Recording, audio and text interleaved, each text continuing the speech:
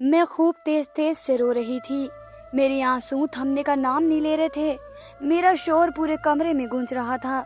मेरा कसूर क्या था अपनी इज्जत बचाना, इस दरिंदे से, उस इंसान से जिसे देवर कहते हैं। मेरे बहते आंसू रुक नहीं रहे थे। मैंने खुद को बचाने की बहुत कोशिश की थी, लेकिन जो कुछ मेरे साथ हुआ मैं शायद ज़िंदगी भर उसको भूल ना पाऊंगी। मेरा नाम सनम है। मैं जब दुल्हन बनकर ससुराल आई तो मेरा स्वागत बहुत अच्छे से किया गया, लेकिन जो बात मुझे बहुत अजीब लगी वह ये थी कि शादी की रात थी। मेरे साथ एक ऐसा वाक़या हुआ कि मुझे हैरत में डाल गया। एक ऐसी बात जो आज तक ना मैंने किसी से सुनी थी और ना देखी थी। कुछ यूं कि मुझे विदाई के बाद सबसे पहले घर लाकर लॉन्ज में बिठाकर मिठाई खिलाने की रस्म की गई। मेरा छोटा देवर जब मेरे साथ बैठा तो मुझे कुछ उलझन सी हुई थी, क्योंकि वह मेरे बहुत ही करीब होकर बैठा था। मैं इसके पास बैठने से घबराती गई थी, क्योंकि अमन मेरे पति भी मुझे कुछ दूरी बनाकर बैठे हुए थे, लेकिन वह तो बिल्कुल मेरे करीब था। अपने हाथ से उसने गुलाब जामुन मेरे मुंह के करीब किया, लेकिन बस ज़रा सी मिठाई खाकर मैं पीछे हट गई। मुझे हैरत ये हुई कि बाकी की मिठाई मेरे पति को खिलाने के बजाय वह खुद खा गया था। हालांकि सब मेरी झूठी मिठाई मेरे पति को ही खिला रहे थे। फिर मेरी ननंद मुझे मेरे कमरे में ले गई। मेरा कमरा बहुत खूबसूरती से सजाया गया था। गुलाबों की खुशबू से मैं अंदर तक महक सी गई थी। दिल के अरमान जाग उठे थे। अमन की मैंने तस्वीर देखी थी। वे बहुत ही हैंडसम और नौजवान था। मेरी आज तक इससे बातचीत नहीं हुई थी, इसलिए मैं कुछ डरी हुई सी थी कि ना जाने किस मिजाज के होंगे अमन। मेरी ननंद कहने लगी कि अब वह भी अपने घर जा रही है। यह कहकर वे मेरे कमरे से चली गई। काफ़ी देर बाद दोबारा जब कमरे का दरवाज़ा खुला तो मेरा दिल ज़ोर ज़ोर से धड़कने लगा। एक अजीब सी घबराहट थी जो मुझ पर होने लगी थी। अमन मेरे पास आकर बैठे, लेकिन मैंने इतनी भी हिम्मत ना हो सकी कि नज़रें उठाकर उन्हें देख सकूं। वे मेरी तारीफ़ करने लगा, फिर कहने लगा सब मेहमानों को भेजने में उन्हें इतना वक्त लग गया था।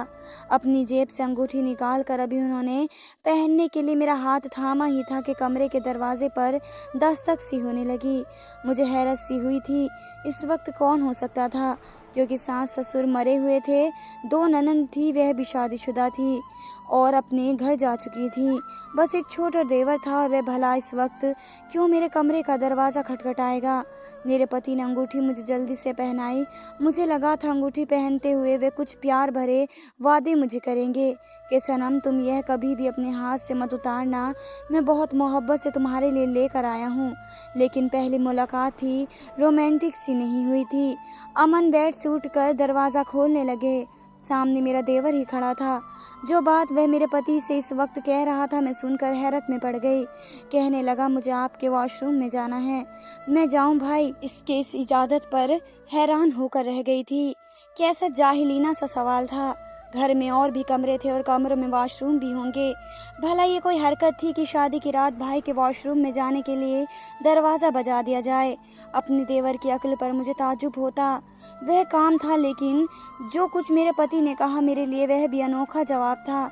मुझे लगा वे अपने भाई की बेहुदा हरकत पर उसे डांट देंगे, सख्त बात सुनेंगे, लेकिन वह तो उसे अंदर आने के लिए रास्ता देने लगे।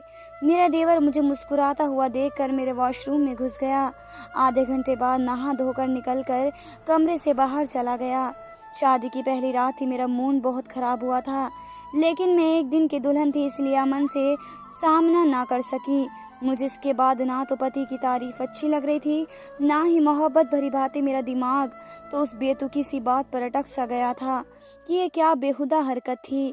क्या अब वह रोज़ रात को नहाने के लिए मेरे कमरे में आया करेगा? ये सोच ही एक नई नवेली दुल्हन के लिए किस कदर उलझन में डालने वाली होती है। लेकिन जो कुछ मेरे साथ होने वाला था वो इस बात से बहुत बढ़कर था।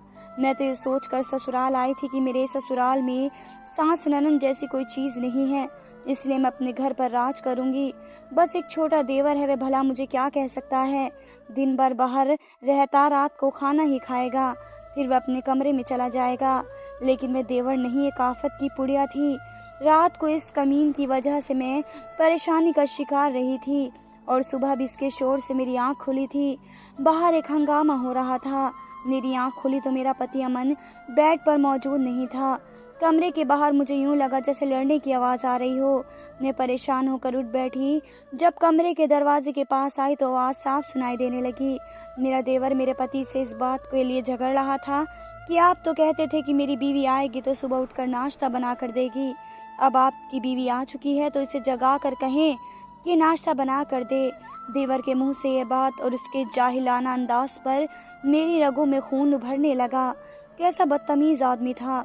इसकी उम्र भी कोई ज़्यादा ना थी, मुश्किल से 18-19 साल का होगा। कॉलेज में पढ़ता था। मेरा पति से समझाने की कोशिश कर रहा था कि वह भी नई दुल्हन है, इसलिए सुबह तुम्हारे लिए नाश्ता नहीं बना सकती। कुछ दिन बाद तो उसने सारे काम ही करने हैं, लेकिन वह मान ही नहीं रहा था। मुझे उस पर इतना गुस्सा आ रहा था कि दिल कर रहा था बाहर जाकर इसके मुंह पर थप्पड़ मार दूं। मैं क्या इसकी नौकरानी के लिए यहाँ आई थी। जिस अंदाज से बात कर रहा था। कुछ ही देर में मेरी ननंद आ गई। मेरी शादी को अभी 2 दिन ही गुजरे थे जब अमन ने मुझे किचन संभालने का कह दिया। मुझे शायद ये बात पहले इतनी बुरी न लगती जितनी इस वक्त लग रही थी। वजह ये थी कि बात अमन ने मेरे इस देवर की वजह से कही थी। वे पहले ही दिन से मुझे एक आंख नहीं भाया था, लेकिन अमन ने मुझे यही कहा कि घर पर कोई औरत नहीं है, इसलिए तुम बस खाने की जिम्मेदारी संभाल लो, बाकी हर काम के लिए नौकरानी आती है। मैं शुरू में ही अपना इम्प्रेशन अमन पर गलत नहीं डाल सकती थी, इसलिए इसकी बात मान ली। समीर मेरे देवर का नाम था, जिसने तो अब एक तमाशा ही बना लिया था। एक रात को मेरे वॉशरूम में घुस जाता, 1 घंटे बाद नहा कर बाहर आता और वॉशरूम से बाहर आते ही मुझे अजीब सी नज़रों से देखते हुए कमरे से बाहर निकल जाता। जैसे पता नहीं मेरा कौन सा राज इसे पता चल गया है या मेरी कौन सी ऐसी बात है जो वह जान गया है। इसकी नज़रें मुझे अपने वजूद पर चुभती थी। मेरा पति भी उसे नहीं टोकता था। जब मैंने अपने पति से इस बात का जिक्र किया कि समीर के अपने कमरे में भी तो वॉशरूम है, फिर वे मेरे कमरे में क्यों आता है, वे कहने लगे इसे बचपन से इसी वॉशरूम को इस्तेमाल करने की आदत है, आहिस्ता आहिस्ता हो जाएगी। लेकिन वह तो अब हद से ही बढ़ गया था। सुबह भी हमारे कमरे का दरवाज़ा बजाने लगता। जब मैं दरवाज़ा खोलती तो हाथ में कपड़े लिए खड़ा होता कि उसे वॉशरूम जाना है। मुझे इसकी इस हरकत पर बहुत ज़्यादा चिढ़ होने लगी थी। अमन भी मना नहीं करते थे, कहते थे बच्चा है, वक्त के साथ साथ समझ जाएगा। अब वे इतना भी बच्चा नहीं था। दूसरी अजीब बात जो मेरे साथ होने लगी थी वह ये कि वह मुझे देखता रहता था। जब तक हम डिनर करते रहते उसकी नज़रें मुझ पर ही टिकी रहती। मैंने उसे 1-2 बार घूर कर भी देखा तो वह अपनी इस हरकत से बाज आ जाए, लेकिन वह यूं ही बदतमीज़ों की तरह मुझे देखता रहता था। एक बार जो बात उसने मुझसे कही मैं हैरत में पड़ गई। वह कॉलेज से आते ही मेरे कमरे में नहाने गया। मैं किचन में खाना बना रही थी। जब वह नहा कर किचन से दरवाजे के पास खड़ा होकर मुझे देखने लगा, मुझे जब उसकी नज़रों से उलझन सी महसूस हुई तो मैंने पलट कर देखा तो वह किचन के दरवाजे पर खड़ा था। मुझसे कहने लगा कि आपके कपड़ों की चॉइस बहुत अच्छी है, आप बहुत खूबसूरत कपड़े पहनती हैं। मैंने इसकी इस बात पर उसे हैरत से देखा। ये बात अगर अमन कहते तो मुझे अच्छा भी लगता। वह लड़का तो मुझे पहले ही एक आंख नहीं भाता था। मैंने कहा शर्म नहीं आती तुम्हें, मैं तुम्हारी भाभी हूँ और भाभी बहनों जैसी होती हैं। मेरी बात सुनकर वह कंधे उचका कर चला गया और लापरवाही से बोला तो मैंने आपसे ऐसा क्या कह दिया, यही तो कहा है ना कि आपकी चॉइस कपड़ों के मामले में बहुत अच्छी है, इसमें बेशर्मी वाली कौन सी बात है। यह बात तुम अपनी बड़ी बहन से भी कहता हूँ। मैंने कहा शक्ल से तुम बेवकूफ़ नहीं लगते, अच्छे खासे समझदार हो, बुरा नहीं लगता तुम्हें भाभी का कमरा यूज़ करते हुए। तुम्हारे अपने कमरे में भी वॉशरूम है, तुम वह इस्तेमाल क्यों नहीं करते, मेरे कमरे में ही क्यों आते हो। जो जवाब उसने मुझे दिया मैं सोच में पड़ गई। कहने लगा जो बात आपके वॉशरूम में है वह कहीं और नहीं है, इसलिए वहीं जाता हूँ। फिर जब भाई को एतराज़ नहीं है तो आपको क्यों है। वे यह कहकर फिर मुझे से उन्हीं नजीब नज़रों से देखता हुआ बाहर चला गया, जिन नज़रों से मुझे अजीब सी चिढ़ थी। एक बार जब वह नहाकर वॉशरूम से निकला तो मैं वॉशरूम में चली गई कि देखूं ऐसा भी मेरे वॉशरूम में क्या है, लेकिन जब मैंने वॉशरूम को चेक किया मुझे हैरत का झटका लगा। वॉशरूम में मेरे रात वाले कपड़े टंगे हुए थे। मुझे वे देखकर हैरत हुई थी क्योंकि मैं अपने कपड़े वॉशिंग मशीन में रख चुकी थी। मेरे अपने वॉशरूम में किसी ने रखे हुए थे। अमन तो वैसे भी लापरवाह तरबियत के इंसान हैं, ऐसा वे नहीं कर सकते थे। वह तो अपनी चीज़ भी रख कर भूल जाते थे, मुझसे मांगते थे, तो क्या मेरा देवर ने। मेरे होश ही उड़ गए थे। ये किस किस्म का लड़का था ये मेरे कपड़े वॉशरूम में रख कर क्या करता था? क्या यह मुझ पर बुरी नज़र रखने लगा था और मेरे कपड़ों से फ़ायदा उठाता था? इसने तो मुझे अजीब सी सोच में मुब्तला कर दिया था, क्योंकि वह मुझे खाने के दौरान लगातार नज़रों से देखता रहता था। कभी मेरे कपड़ों की तारीफ़ करता, जब भी मैं अमन के साथ लॉन्च में बैठी टीवी देख रही होती, हम किसी बात पर हंस बोल रहे होते तो वह अपने कमरे से बाहर निकलकर जब हम एक साथ देखता तो गुस्से से माथे पर बल डाल लेता। कभी किचन में चला जाता, कभी बिना वजह लॉन्च में घूमने लगता ताकि हम आपस में बैठकर टीवी न देख सके। इसे न जाने मसला क्या था। रात को हम कमरे में होते तो वॉशरूम जाने के बहाने एक एक घंटा मेरे वॉशरूम में वहीं पर निकाल देता। कभी हम बाहर खाने का प्लान बनाते तो तब जिद करके हमारे साथ जाने को तैयार हो जाता। मैं अगर अमन से कुछ भी कहती तो वह कहते, बच्चा है अकेला, घर पर क्या करेगा, तुम क्यों इतने से बच्चे से चिढ़ती हो। मुझे अमन की बात भी बुरी लगने लगती।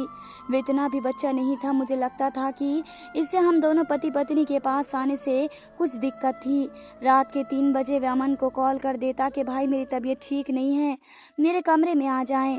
पति फिक्रमंदी से बाहर निकल जाते, फिर पूरी रात कमरे में नहीं आते थे। शायद वे मेरे साथ अमन को बर्दाश्त नहीं करता था और अमन वे अपने छोटे भाई से इतना प्यार करते थे कि उन्होंने उसकी गंदी नीयत नज़र ही नहीं आती थी। एक बार मैं किचन में खाना पकाकर पसीने से तार हो रही थी। अपने कमरे में दाखिल हुई तो समीर मेरे कमरे में पहले से मौजूद था। मेरी अलमारी खोल मेरी फैंसी कपड़ों को हाथ में ओढ़े अजीब सी हरकतें कर रहा था। मुझे देखकर शर्म सी आने लगी।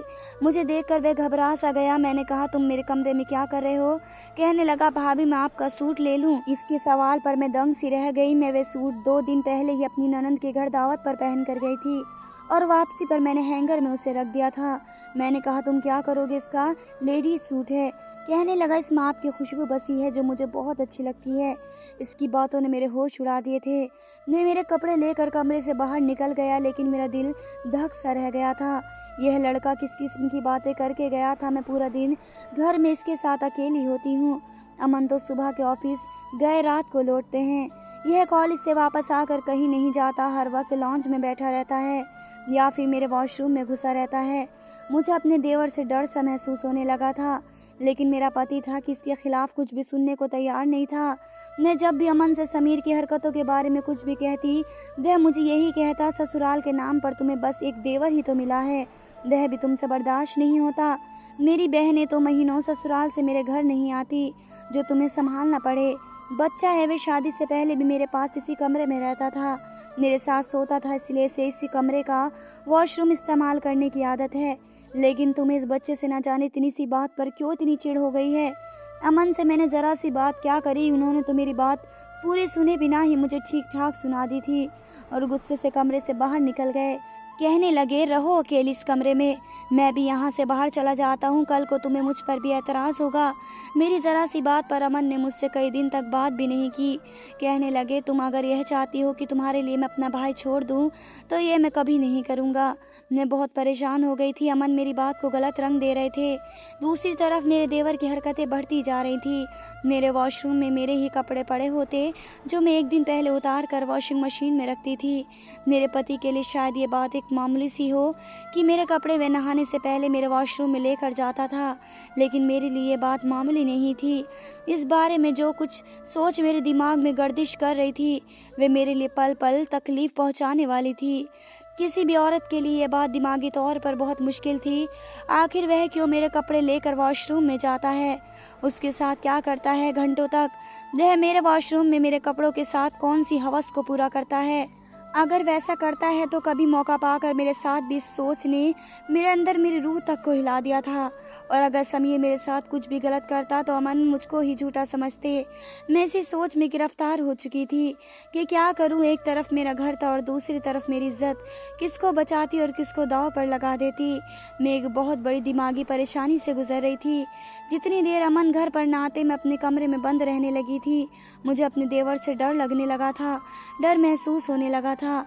अमन का रवैया भी मुझसे खिंचा खिंचा हो चुका था।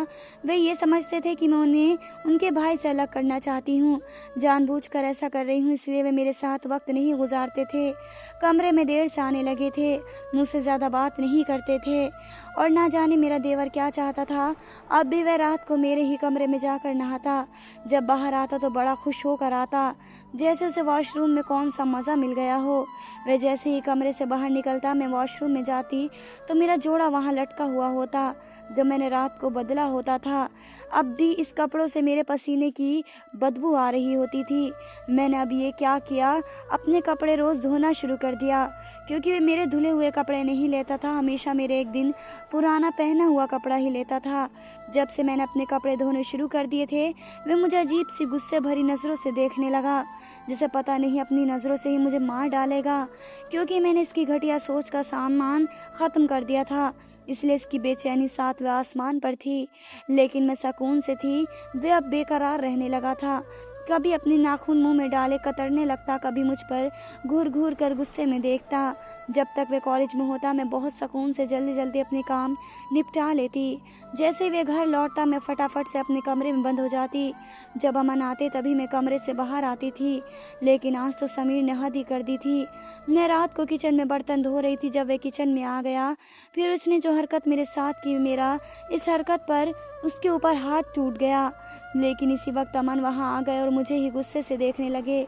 समीर ने जब अपने भाई को देखा तो आंसू बहाने लगा, कहने लगा, भाई, मैं आपसे कहता था ना कि यह मुझसे नफरत करती हैं, आपके पीछे से मुझ पर हाथ उठाती हैं और आपके सामने खुद बेचारी बनकर मेरे बारे में न जाने क्या नाप शनाप बोलती रहती हैं।